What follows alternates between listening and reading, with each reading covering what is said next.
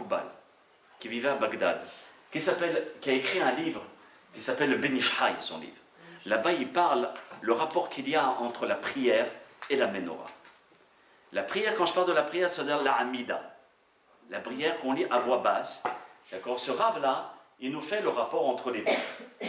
Donc, les secrets, le Ben Ish Hai, d'accord, dans la Shana Rishona, dans le livre de la première année, dans la paracha de Trouma, il nous dit ainsi.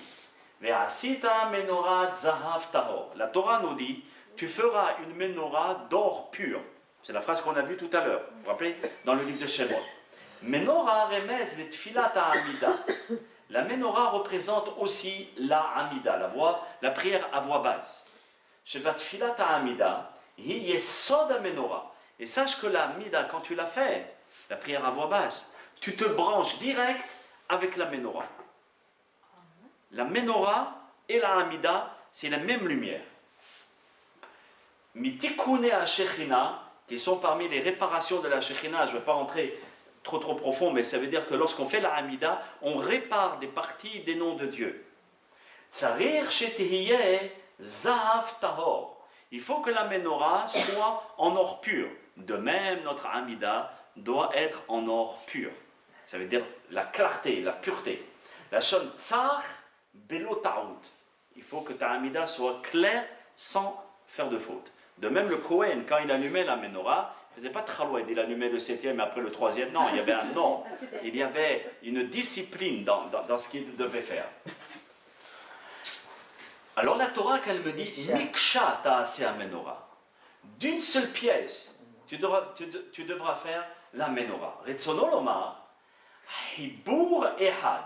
Cela veut dire que la menorah devait être d'une seule pièce et la amida doit être aussi d'une seule pièce. Chez l'oyafsik betor tefilat amida, il ne doit pas s'interrompre, d'accord. Allô, oui. Ah, toi tu vas bien, papa, tu vas bien, oui, prenons le couscous de côté. Oui, Hachem, excuse-moi, bon, j'étais avec... Et on continue. Ah, c'est shalom. La Hamida, on se concentre, et on verra qu'on ne doit rien penser que la Hamida. De la même la Hamida, la menorah était d'une seule pièce, tu dois faire ta Hamida d'un seul corps. D'accord.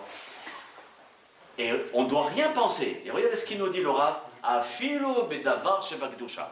Même les choses pures, tu ne dois rien penser. Tu ne dois pas penser ni à l'étude, ni à la Gemara, ni à la Mishnah, ni à quoi que ce soit. Tu penses seulement aux termes que tu es en train d'employer. Tu parles à Dieu. Il y a un moment pour étudier, il y a un moment pour parler. Quand tu étudies, c'est Dieu qui te parle. Quand tu pries, c'est toi qui parles à Dieu. D'accord? Donc chacun son tour. Maintenant, ici, on rapporte dans les Sfarim